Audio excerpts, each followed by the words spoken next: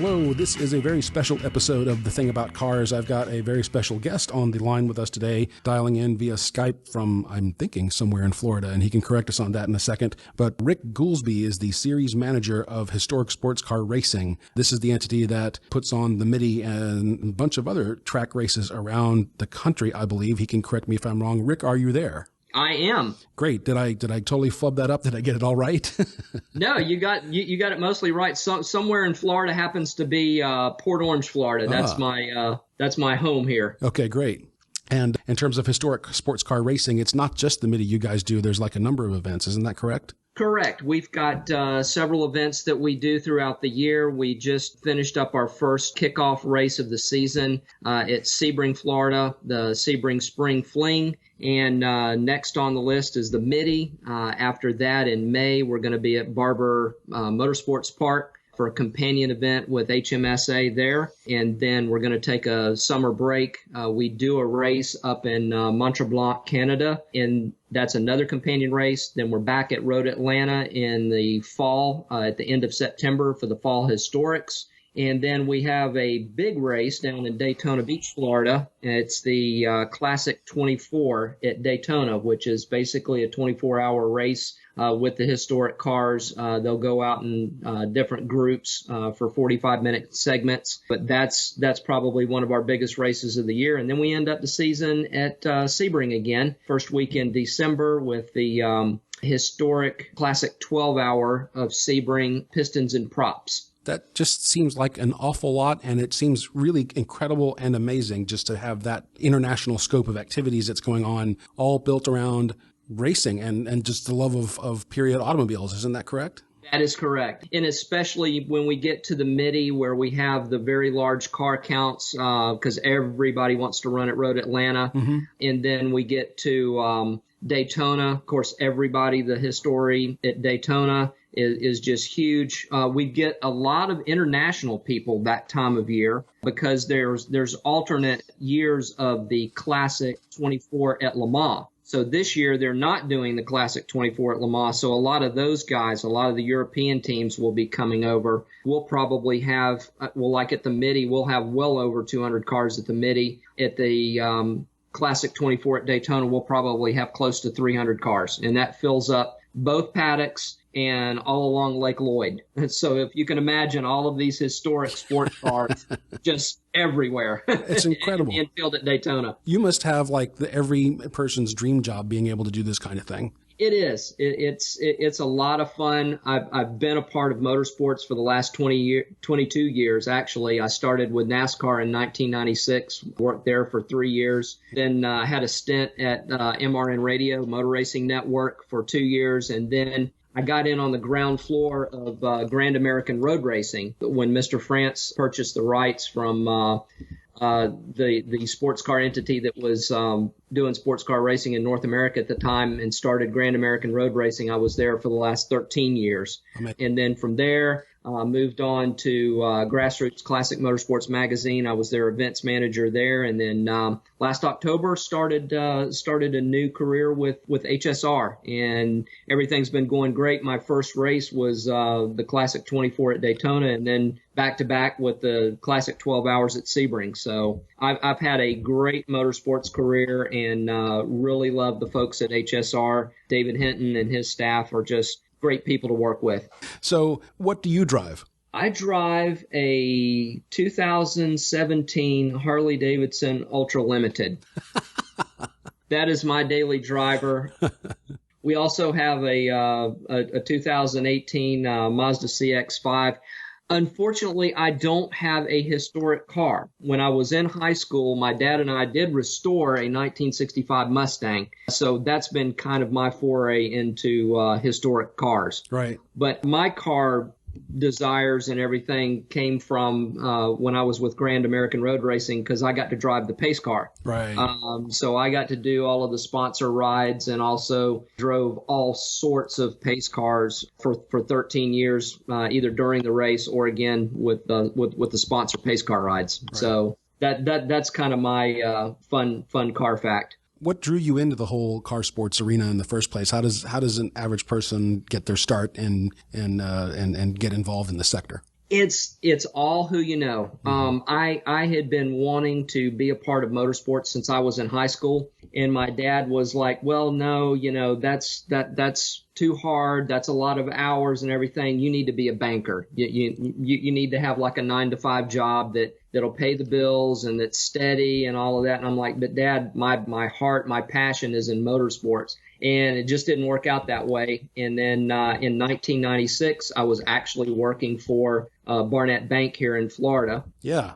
And a good friend of mine from church was starting NASCAR Online. And I asked him, I was like, David, is there any way that I can possibly be like your assistant? I'll do anything to get, be a part of the sport and everything. And he says, well, he said, I just don't have the budget to do it right now. But he said, there is another job that's available that I can recommend you for. And basically it was marketing services. And back then, the marketing services people, they were the ones that were in charge of all the pre-race activities, all of Victory Lane, all of sponsor services. So any of the series sponsors, they needed to be kind of handheld and taken care of at the track, make sure they had all their credentials and everything. So that's how I began my career, but it was all in knowing a very good friend on the inside that got me in. And then once you're in, you kind of make your own way. And if you have a good reputation and you work hard and you earn that good reputation, people will just kind of pick you up along the way and they'll say, hey, I know this guy and he would be great for this job. So that's kind of how I progressed through motorsports throughout the last 22 years. Right. And being in the right place at the right time and knowing the right people. Yep, exactly. Very cool. Let's switch gears back to the Mitty again. This will be my first time attending, and wow. I'm looking very, very much looking forward to it. But as a first timer, what are some of the things that I should be sure to do while I'm there? Okay, so this will be my fifth Mitty. And before I was working with the magazine who had a presence there. They were one of the major sponsors there, and they were controlling the infield part of the activities. So for a first timers, let me give you a kind of a Reader's Digest version, first timers guide. So you can get into the track on Thursday. You can buy a 4-day weekend pass for like $75 if you buy it online. It'll be $85 at the gate. But you'll want to come into the track, and if you have a classic sports car or a muscle car or anything like that, you'll want to come in to the infield, go over the bridge that goes over kind of the turn 12 area. And we have on either side, it's called car corrals of the world. So basically, instead of having, a Porsche corral and a BMW corral and a Aston Martin corral, we have car corrals of the world. So basically, you just look at your whatever car you have in the country of origin, and you look for that flag, and that's where everybody parks. So it's kind of a non-denominational, if you will, area to where you can come in. All of the German cars park together, all of the British cars park together, all of the American cars park together, Japanese, Swedish, Italian. And this year in particular, we're going to have Alfa Romeo will be the featured mark. Wow. So they're going to have their own car corral. Jim Ellis, Alfa Romeo will be there with a tent and some of the new cars there for people to look at. So that's one of the things that you're definitely going to want to check out. And then if you move up the way a little bit, you'll go to the big fan zone area there at Road Atlanta. All paved now, all asphalt. There's no traipsing through Georgia clay and getting your white tennis shoes all dirty or anything like that. We're going to have vendors set up there. We'll have Brewster's Ice Cream. We'll have Sonny's, BBS Wheels, Lillian Sarth. She has probably one of the greatest collections of like vintage sports car racing T-shirts from like Gulf Oil and the Porsche 918A, Lowenbrow Porsche 962s and BMW stuff, Ford stuff, Cobra stuff, all of that. So she'll be there. We have different artists that are there. Velocity Stack Shack is another vendor that comes to our events that have some really unique automotive jewelry. I've got another lady that's going to be there. She does like caricatures of you and your car, which is really cool. You can just, bring a picture up and she'll do it.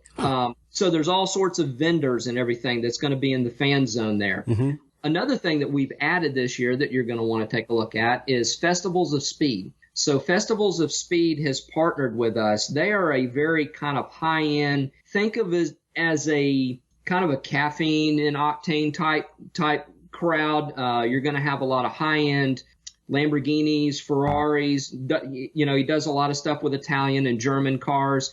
There's going to be a big tent set up. They're going to have dinners. They're going to have touring laps and everything for that particular group on Saturday.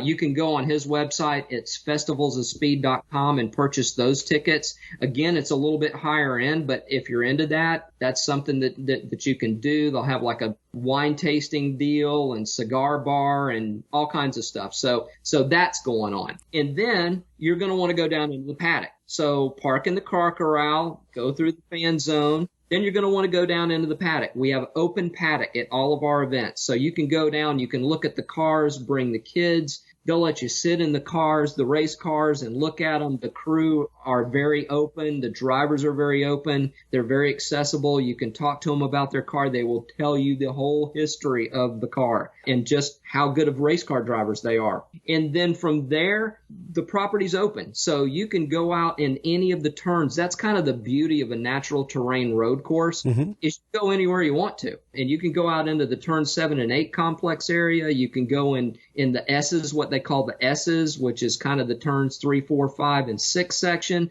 Just you can go over by the bridge. There's kind of an amphitheater type seating and see all of the cars kind of coming up and over the hill going into turn 12. Just different viewpoints. And I would encourage anyone brand new or whatever just to kind of go around and look and just see different angles. Mm-hmm. Yeah, no, I can't wait. It sounds like there's something there for every car enthusiast to appreciate. Absolutely. Absolutely. When you say historical cars, how old are we talking about and how young are we talking about? Young, we're talking about probably about 5 years ago is the youngest cars that we have. We have what's called a GT modern class that has a lot of your modern Porsche 911s, Ferraris, just different models of cars that are newer. We also have some Daytona prototypes. We have some American Le Mans prototypes. Thomas Ing may be there with his Audi prototype. Everybody loved the Audi back in the day, so it'll be there more than likely. Then we go as far back as probably the 50s for this particular event. Now, what was really a hoot is down at Sebring, we had pre-war cars. So we had anything, 40s and older. Wow. And we had like 6 of those guys there that were just driving the snot out of these cars.